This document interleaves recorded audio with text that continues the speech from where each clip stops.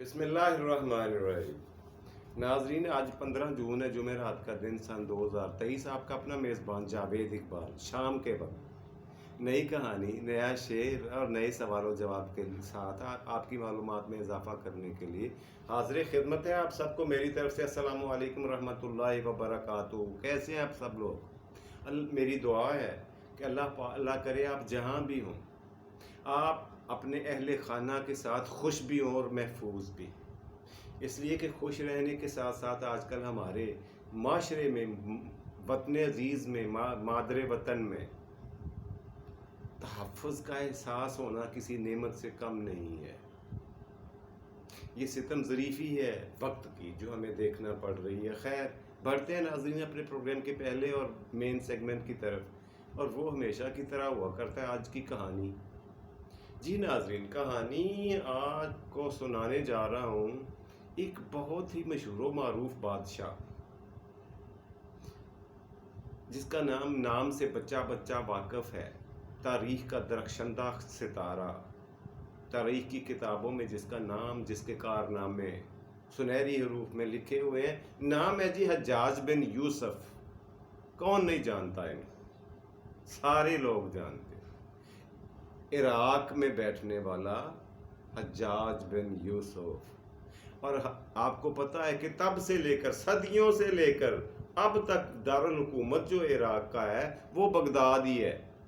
اس وقت بھی بغداد ہی تھا جب کہ میں آپ کو کہانی سنانے لگا ہوں۔ تو ناظرین، یہ حجاج بن یوسف جو ہیں، یہ وہ ایسی شخصیت ہے جس نے بہت ساری دینی خدمات بھی سر انجام دی ہے، جن میں سے جو میں جسے سب سے بڑا کام سمجھتا ہوں وہ یہ کہ اس نے قرآن مجید فرقان حمید پر اعراب لگائے تھے، یعنی زیر زبر پیش، شد اور مد وغیرہ اس نے لگوائے تھے پہلی دفعہ۔ اس سے پہلے یہ ہوتا تھا کہ قرآن پاک صحیح تلفظ کے ساتھ صرف وہ لوگ پڑھ سکتے تھے جن کی مادری زبان عربی تھی۔ اس کے علاوہ جتنے مسلمان غیر عربی یا عجمی تھے وہ قرآن پاک کو صحیح تلفظ کے ساتھ پڑھنے کے قابل نہیں تھے۔ یہ بہت بڑا، میری نظر میں، اور کسی کے سامنے ہو نہ ہو، میں سمجھتا ہوں کہ بہت بڑی دینی خدمت ہے، کارنامہ ہے، کار ثواب ہے، جو ایک روشن الفاظ کے ساتھ، سنہری الفاظ کے ساتھ اس کے کریڈٹ پہ ہے حجاج بن یوسف کے۔ اسی طرح اس کے ساتھ ساتھ حجاج کے ماتھے پر کچھ برے، کچھ قابل نفرت کارنامے بھی اس کے حصے میں آئے ہیں، جو اس کی گور گردن پر لکھے ہوئے ہیں، جو اس کے ماتھے کا لیبل بنے ہوئے۔ ان میں سر فہرست جو میں جانتا ہوں وہ یہ کہ اس نے بیت اللہ پر سنگ باری کروائی، پتھر مروائے، اور وہ بھی حج کے دنوں میں، جب اتنی بڑی گیدرنگ تھی وہاں پہ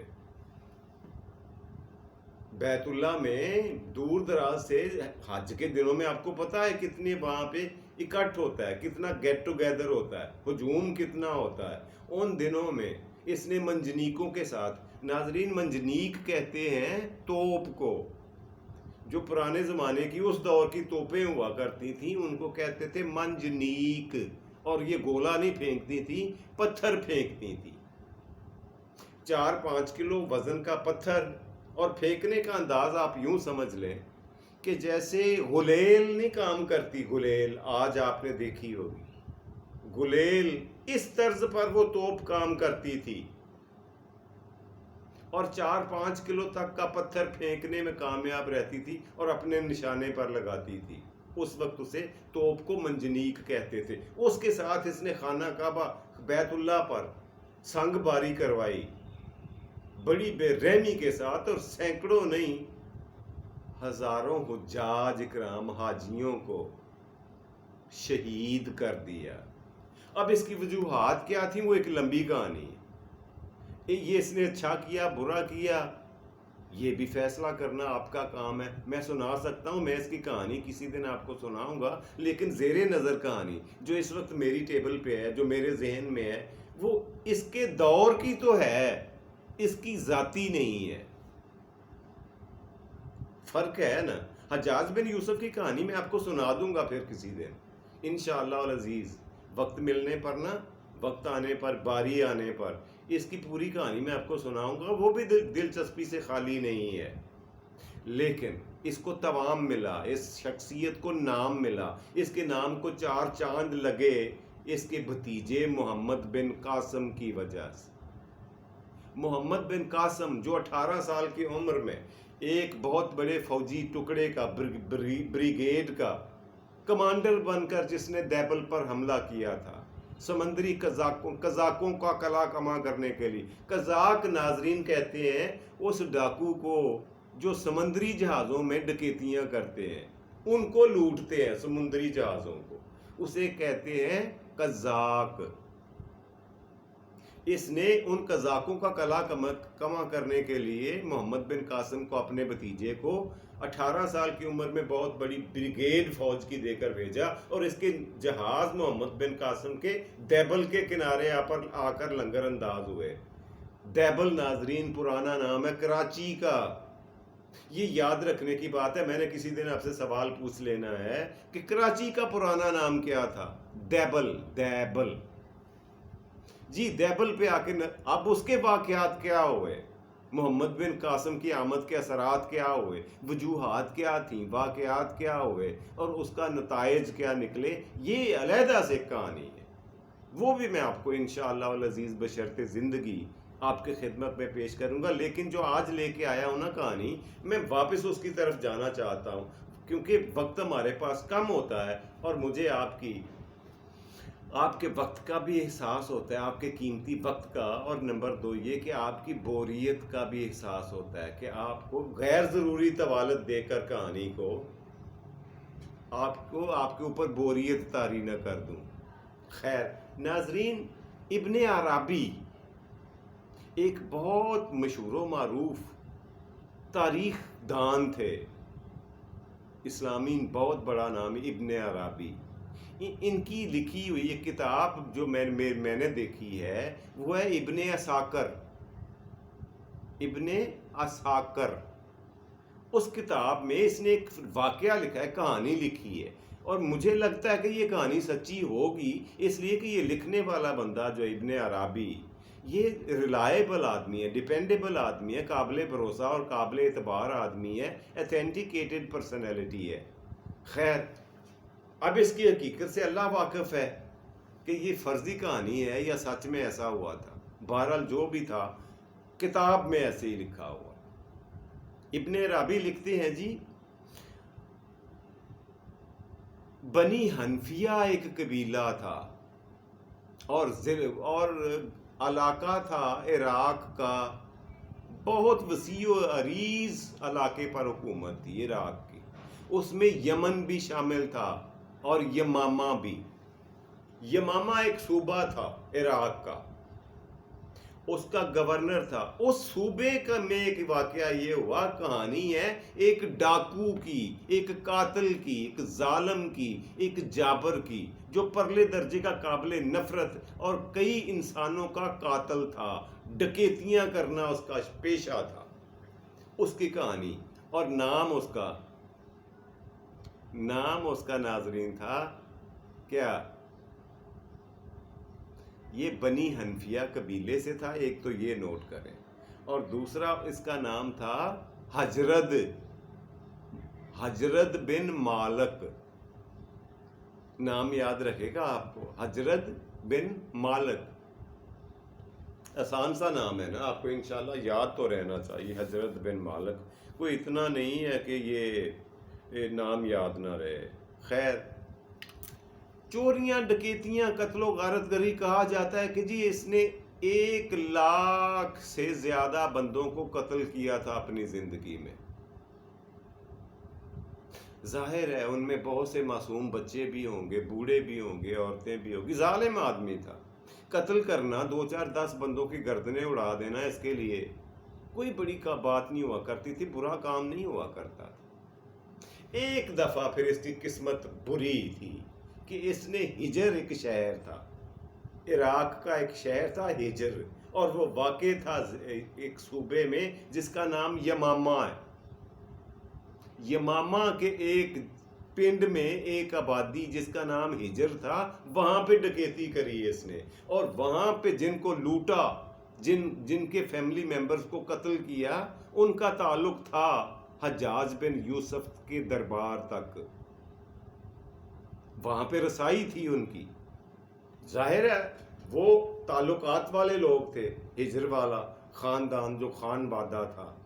انہوں نے فوری طور پر رابطہ کیا حجاج بن یوسف سے، اپنا نمائندہ اس کے پاس بھیجا اور پوری کہانی سنائی اس ڈاکو کی، حجر بن مالک کی. اچھا، بادشاہ سلامت حجاج بن یوسف اپنے غضبناک رویے، اپنے روب، اپنے دبدبے اور اپنے غصیلے پن کی وجہ سے پوری دنیا میں مشہور تھا. انتہائی سخت گیر طبیعت کا اور مزاج کا مالک تھا. معافی نام کی چیز اس کی ڈکشنری میں تھی نہیں. ہر خطا کار کو، ہر گناہ گار کو، ہر غلط کار کو موقع پر سزا دینا اور فوری دینا اس کا شیوا ہوا کرتا تھا، کہ اس کے لیے معافی نام کی کوئی چیز نہیں، اس کی نزدیک نہیں تھی. خیر، وہ قبیلے والے جن کی ڈکیتی ہوئی تھی، انہوں نے آ کر شکایت کی، سارا قصہ حجر بن مالک کا سنایا. تو حجاج بن یوسف غضبناک تو ہوا سو ہوا، اسے حیرانی بھی ہوئی کہ یہ سالوں سے یہ سب کچھ کر رہا ہے فرد واحد اپنے گروہ کو ساتھ لے کر، اور میرے کانوں تک آج تک یہ بات نہیں پہنچی. یہ کیسے ممکن ہوا کہ میری مملکت میں، میری بادشاہت میں لاکھوں لوگوں کا قاتل زندہ ہے اور دن دناتا پھر رہا ہے، دن دہاڑے لوگوں پہ ڈاکے اور قتل و غارت گری کرتا ہے. اس نے فوری طور پر اپنا ایلچی ایک خط دے کر، اپنا پیغام بھیج دے کر گورنر یمامہ کے پاس روانہ کیا، اور اس کو کتنا 20 دن کا ٹائم دیا. اس کو بولا یہ بندہ مجھے چاہیے، حجر بن مالک، یہ ڈاکو مجھے چاہیے اور زندہ چاہیے. فوری طور پر within 20 days اسے سبمٹ کرو میری عدالت میں، میرے دربار میں، میرے محل میں. میں دیکھنا چاہتا ہوں یہ کون ہے، اور اس کی جرت بھی کیسے ہوئی کہ حجاج بن یوسف کا حاکم وقت کا نام سن کر بھی یہ مکروہ کام اور دھندا کرتا رہا. اب کیا تھا ناظرین، یہ غضبناک پیغام جب گورنر یمامہ کے پاس پہنچا تو اس کو اپنی جان کے لالے پڑ گئے. اس کو سمجھ آ گئی کہ اگر میں نے فوری طور پر اس پہ عمل درآمد نہ کیا یا 20 دن گزر گئے تو میرا اپنا سر قلم کر دیا جائے گا، مجھے قتل کر دے گا حجاج بن یوسف.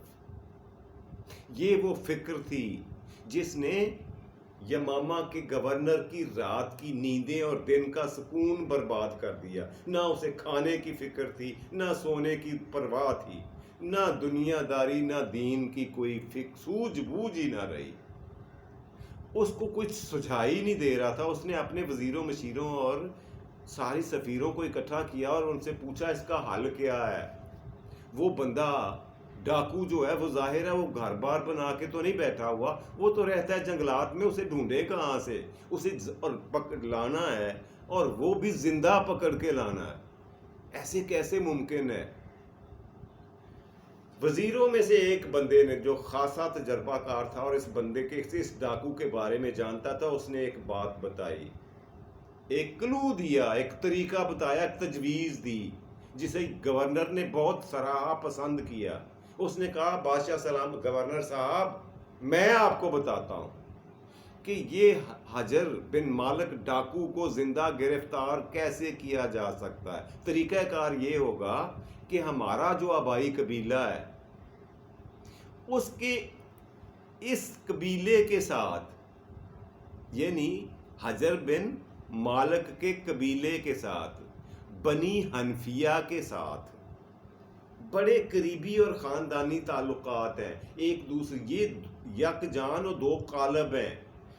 تو اس قبیلے کو اگر کانفیڈنس میں لیا جائے، میرے قبیلے کو اور اس کے نوجوانوں کو، تو ہم اپنے مشن میں کامیاب ہو سکتے ہیں اور 20 دن سے پہلے کامیاب ہو سکتے ہیں. وہ اس طرح سے کہ مجھے فری ہینڈ دے دیا جائے، میں اپنے قبیلے والوں کو آگے چلاتا ہوں اپنے مشن کے مطابق.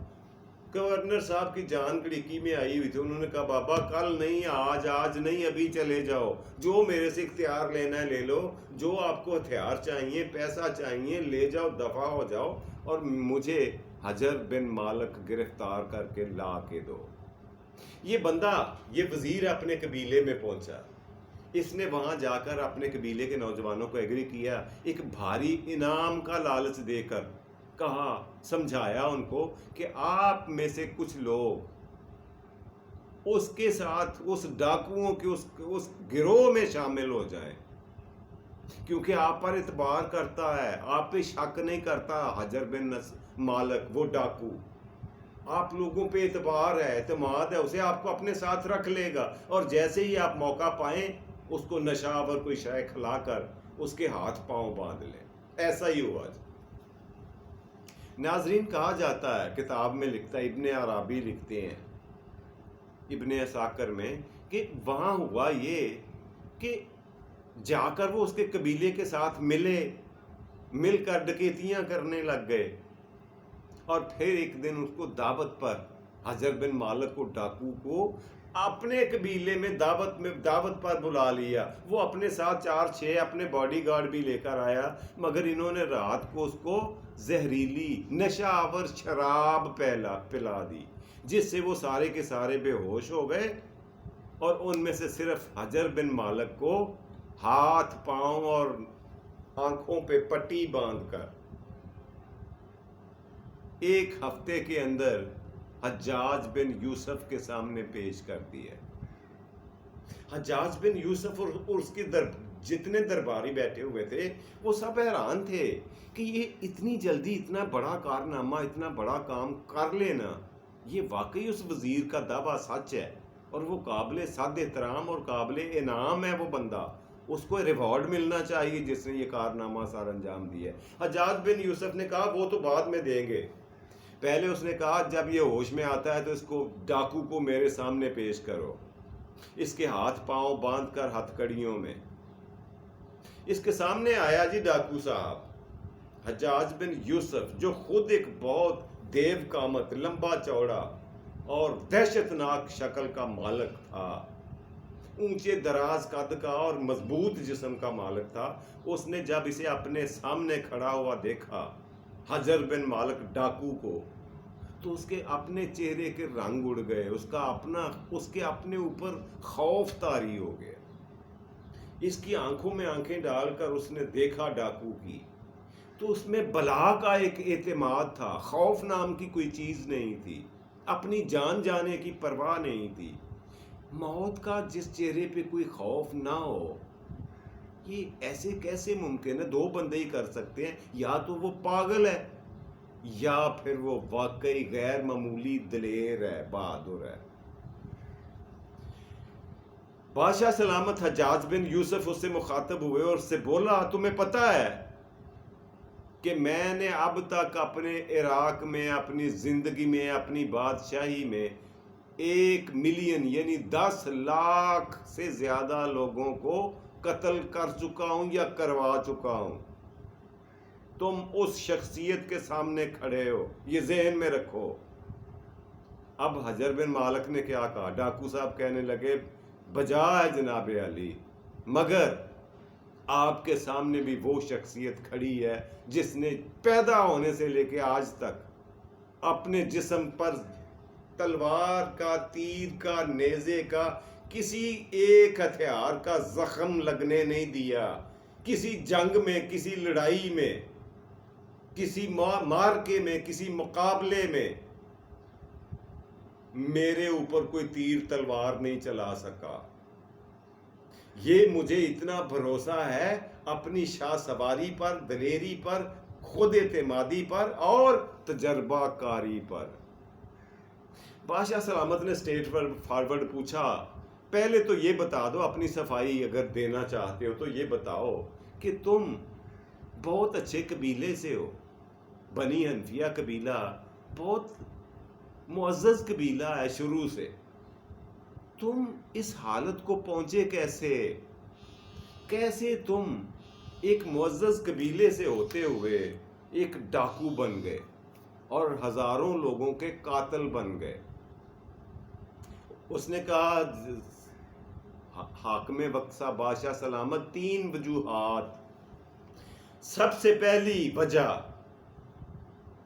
علاقائی چودھریوں کے ظلم و ستم، ناانصافیاں جو ہمارے علاقے کے حاکم ہیں، ہمارے صوبے کے حاکم ہیں۔ نمبر 2، اپنے قبیلے کی بنیادی ضروریات کا پورا نہ ہونا۔ میں اپنے قبیلے کو بھوکوں مرتا ہوا نہیں دیکھ سکتا تھا۔ میرے لیے یہ ممکن نہیں تھا کہ میرے خاندان والے، میرے بیوی بچے تو کیا، میرا سارے کا سارا قبیلہ فاقوں میں زندگی گزار رہا۔ اور نمبر 3، خود اعتمادی۔ مجھے اپنے آپ پر اور اپنی طاقت پر، اپنی جسامت پر، اپنے تجربے پر اتنا اعتماد اور اتنی خود اعتمادی ہے کہ میں کسی بھی مقابلے میں، کسی بھی میدان میں شکست نہیں کھا سکتا۔ بادشاہ سلامت کے چہرے پہ تھوڑی سی عجیب قسم کی ایک رمق آئی۔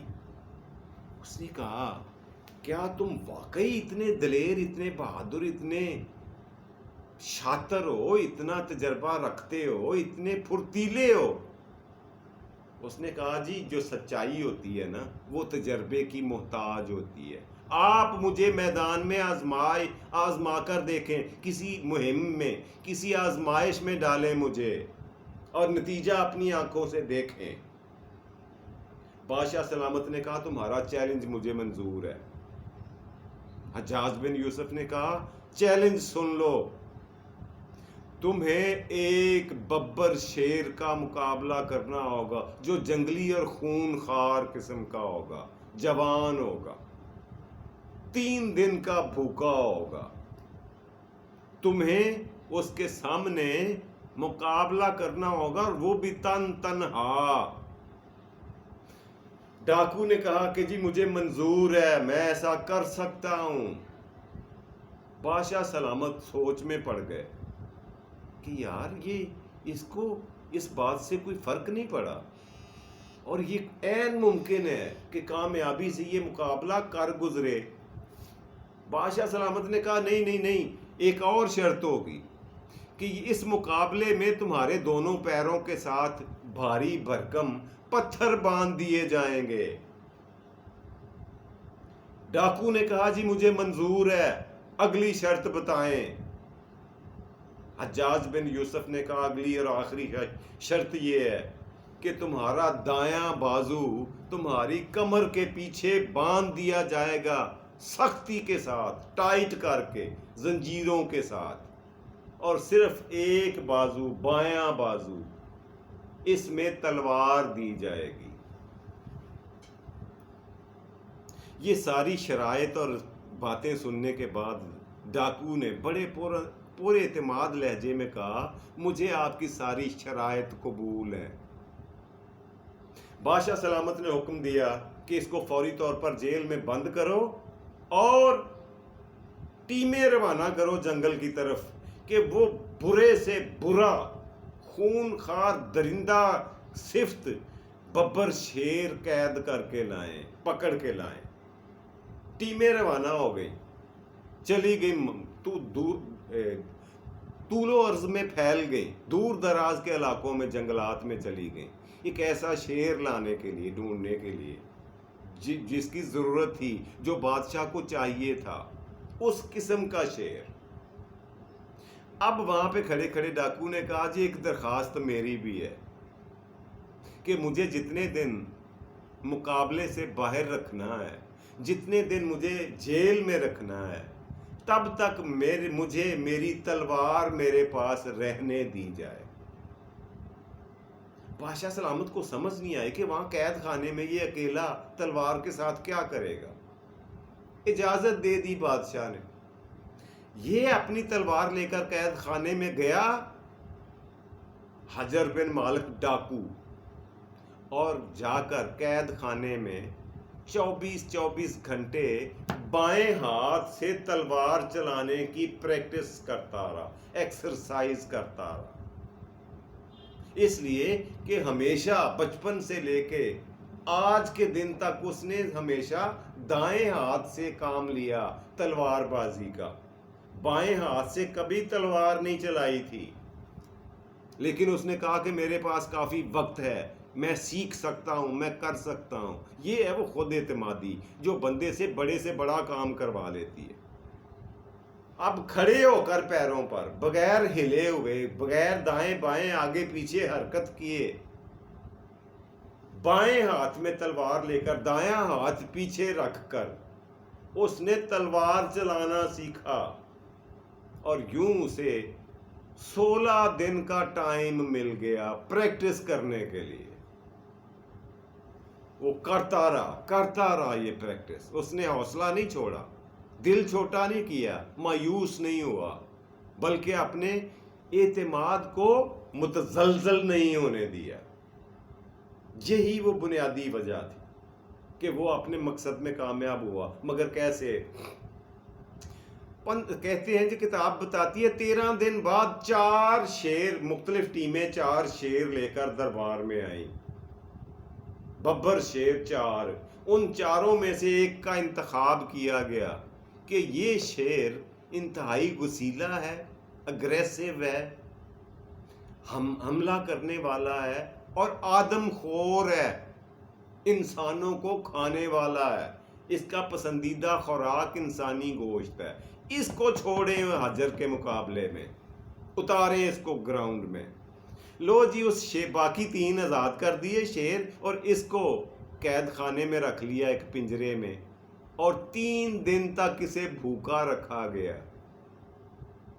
کوئی چیز اس کو کھانے کو نہیں دی.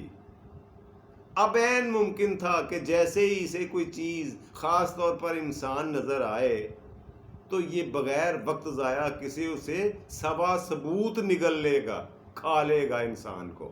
یہ یقین تھا سب کو. لو جی 3 دن کی جب شیر کو بھوک دینے کا اعلان ہوا تو ساتھ ہی پورے ملک میں اعلان بھی کر دیا گیا. کیا؟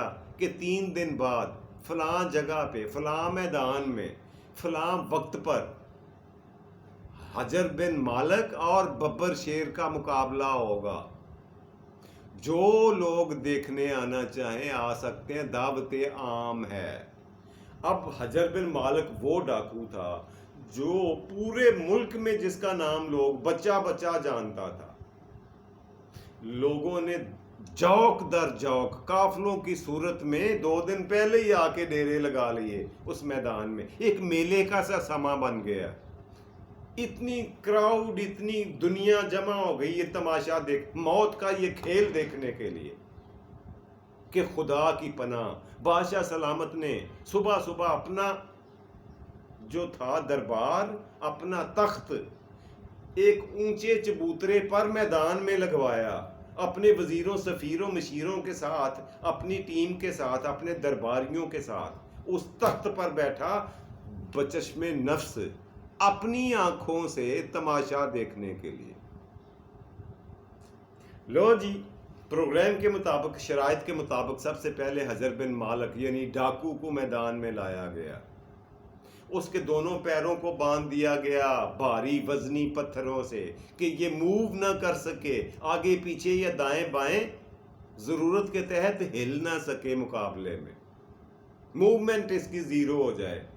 نمبر 2 اس کا دایاں بازو پیچھے باندھ دیا گیا زنجیروں کے ساتھ، اور اس نے کہا کہ جی مجھے میری تلوار، کوئی بھی تلوار میں نہیں لوں گا، مجھے میری تلوار دیں. بائیں ہاتھ میں دے دی جی. بادشاہ سلامت نے کہا دے دو یار، کیا کر لے گا یہ، اس کی تلوار میں کیا ایسی جادوئی حیثیت ہے یا جو کرشمہ سازی ہے، دے دو اس کو اس کی تلوار. دے دی.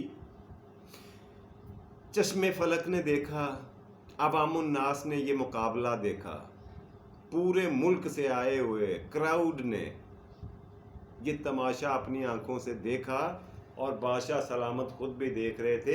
پنجرے سے شیر کو آزاد کیا گیا اور بہت بڑا دائرہ بنایا گیا لوہے کی سلاخیں لگا کر، تاکہ شیر دوسرے شہریوں پر کہیں سے حملہ نہ کر دے.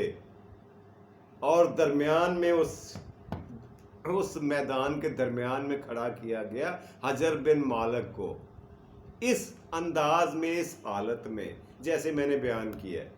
شیر کو چھوڑا گیا پنجرے سے، اور وہ بڑا شیر فوری طور پر حجر بن مالک کی طرف. حجر بن مالک نے ہوش نہیں گوائے، کانپا نہیں اندر سے، اپنی ہمت نہیں چھوڑی، دل چھوٹا نہیں کیا، انتظار کرتا رہا. اپنی پختگی سے اپنی تلوار کو پکڑا بائیں ہاتھ میں اور انتظار کیا کہ شیر میرے قریب آ جائے، کیونکہ میں تو آگے جا نہیں سکتا. شیر بھاگتا ہوا، دھاڑتا ہوا، بلبلاتا ہوا اس کی طرف آیا. جیسے ہی 4 یا 5 فٹ کے فاصلے پر رہ گیا. ایک لمحہ تھا جس میں اس نے کھا جانا تھا ڈاکو کو. اس لمحے میں 4-5 فٹ کے فاصلے پر جب شیر پہنچا تو اس نے بائیں ہاتھ سے اپنی تلوار کا صرف ایک وار کیا اور شیر کی گردن اڑا کر 10 گز دوری پر پھینک دی. پورے کا پورا مجمع، جو لوگ، جو میلہ، جو کراؤڈ وہاں پہ جمع تھا، انہوں نے نعرہ بازی لگکی، نعرہ تکبیر، اللہ اکبر. ہر طرف سے یہ نعرے لگنے شروع ہو گئے. اب مجبور تھا بادشاہ سلامت اپنے درباریوں اور حواریوں سمیت اپنی کرسی سے کھڑا ہوا اور تالیاں بجا کر حجر کو داد دینا پڑی. حجر کو بولا، منہ مانگا انعام مانگو، آزاد تو تمہیں ہم کر دیں گے لیکن انعام مانگو. منہ بولا انعام تمہیں ملے گا، منہ مانگا. اس نے کہا، ڈاکو نے، جی مجھے کسی انعام کی ضرورت نہیں ہے، میرا ایک مطالبہ ہے، وہ آپ کو پورا کرنا چاہیے. اگر آپ واقعی منصف ہیں، واقعی انصاف پسند ہیں، تو پھر میری بھی بپتا سن لیں، میرا مطالبہ بھی سن لیں، میرا انعام، میرا ریوارڈ بھی سن لیں. بادشاہ سلامت نے کہا، بولو کیا بات ہے. اس نے کہا کہ جی میں خاندانی پیدائشی ڈاکو نہیں ہوں، کوئی بھی بچہ پیدائشی ڈاکو نہیں ہوتا. حالات و واقعات اسے قاتل، ڈاکو، چور اور سارے برے کاموں کا مالک بنا دیتے ہیں. میں نے آپ کو پہلے دن گنوایا تھا میں ڈاکو کیوں، کیسے اور کن حالات میں بنا. اب بھی مجھے سخت نفرت ہے ڈکیتیوں سے، ڈکیتیوں سے، قتل و غارت گری سے، انسانوں کی جان لینے سے مجھے سخت نفرت ہے. مگر کیا کروں، میں اپنے قبیلے کو بھوکوں مرتا ہوا نہیں دیکھ سکتا. میرا انعام یہ ہے کہ آپ اعلان کریں کہ آج کے بعد میرے قبیلے کے سارے ممبران کی 3 ضرورتیں آپ پوری کریں گے اور ہمیشہ کرتے رہیں گے. نمبر 1 روٹی، نمبر 2 کپڑا اور نمبر 3 مکان. یہ وہ 3 انسانی بنیادی ضرورتیں ہیں، روٹی، کپڑا اور مکان. یہ آپ پوری کرنے کا میرے قبیلے، میری فیملی، میرے بیوی بچوں کا، قبیلے کے ساتھ سب کا وعدہ آپ کریں. اور میں وعدہ کرتا ہوں کہ میں بغیر تنخواہ کے باقی کی زندگی آپ کی نوکری کروں گا، آپ کی ملازمت کروں گا، آپ کے کام آؤں گا. آپ کو یقین دلاتا ہوں کہ جو مارکا، جو کام، جو لڑائی، جو مہم کوئی پوری نہ کر سکتا ہو، مجھے وہاں بھیجنا، میں کر کے دکھاؤں گا. ناممکن کو ممکن کر دوں گا اللہ کے فضل سے.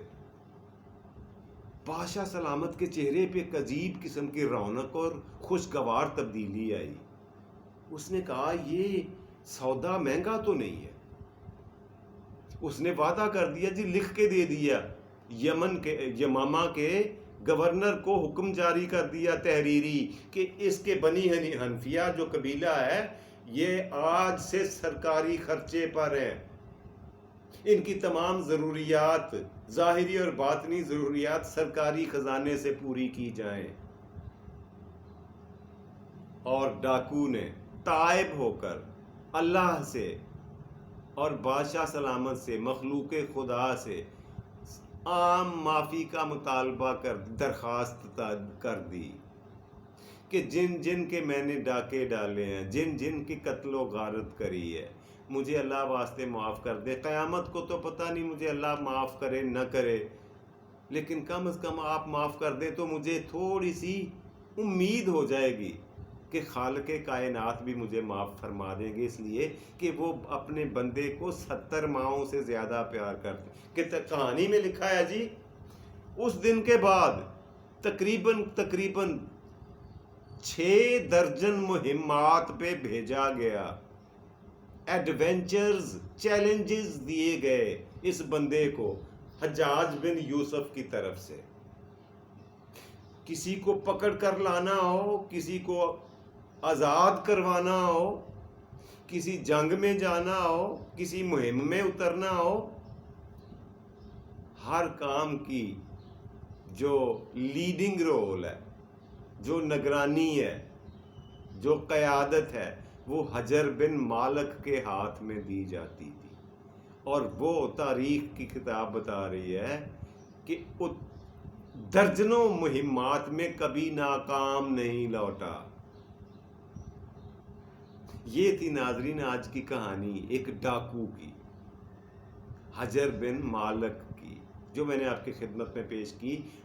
اس کے ساتھ جڑے ہوئے اس کی مہمات کی لمبی داستان ہے کہ اس نے کیا کیا کیا پھر، لیکن وہ ناظرین پھر ایک کہانی میں، ایک سٹنگ میں آپ کو سارا سناؤں، بات میں نے شروع میں آپ کو بتا دی ہے کہ آپ کی بوریت اور آپ کے قیمتی وقت کا مجھے احساس ہوتا ہے، اس لیے صرف اتنی بات کرتا ہوں جس سے کہانی کا مقصد پورا ہو جائے، آپ کے پاس میرے جو سوچ ہے وہ پہنچ جائے۔ جی ناظرین، بڑھتے ہیں آج کے پروگرام کے دوسرے مزیدار سیگمنٹ کی طرف، اور وہ ہمیشہ کی طرح ہوتا ہے آج کا سوال، اس کا جواب بھی بتاؤں گا، آپ کی معلومات میں اضافہ کروں گا۔ کون سا سوال؟ چلیے پاکستان کے بارے میں سوال، بلکہ ایک سوال پوچھتا ہوں اپنے پاکستان کے بارے میں۔ مجھے یہ بتا دیں کہ ملک عزیز، مادر وطن پاکستان جو ہے، آج سے 28 سال پہلے 1994 میں 4 کھیلوں کا عالمی چیمپئن تھا بیک وقت۔ یہ واقعہ ہے 1994 کا، 4 کھیلوں کے ورلڈ کپ پاکستان کے پاس تھے۔ وہ 4 گیمیں، 4 ایونٹس، 4 کھیلیں کون کون سی تھیں؟ Number 1 cricket, number 2 snooker, number 3 hockey, اور نمبر 4 کوئی بتائے تو مانوں، چوتھا گیم کون سا تھا؟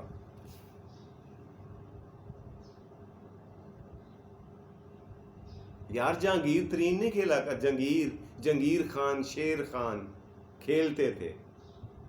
جی ہاں، سنوکر سکواش وہ کھیلتے تھے جہانگیر خان، اور سنوکر کا بھی ورلڈ چیمپئن تھا، کرکٹ کا بھی اور ہاکی کا۔ یہ 4 کھیلوں میں پوری دنیا کا چیمپئن ہوا کرتا تھا۔ اور اب کس فیلڈ میں، کس کھیل میں کیا حالت ہے، وہ کسی سے ڈھکی چھپی نہیں ہے۔ اور اس کی وجہ کیا ہے وہ بھی آپ، میں اور سب جانتے ہیں، مگر کیا کریں، بعض معاملات میں زبانوں پہ تالے لگے ہوئے بھی ہوتے ہیں۔ خیر ناظرین، بڑھتے ہیں آج کے پروگرام کے تیسرے آخری اور مزیدار سیگمنٹ کی طرف، اور وہ ہوتا ہے آج کا شعر۔ آج کا شعر ہے جی، جیتے ہیں تو 100 عیب نظر آتے ہیں ہم میں، جیتے ہیں تو 100 عیب نظر آتے ہیں ہم میں، مر جاتے ہیں تو اچھا کوئی ہمسا نہیں ہوتا، مر جائیں تو اچھا کوئی ہمسا نہیں ہوتا۔ خوش رہیں جی، اللہ وارث۔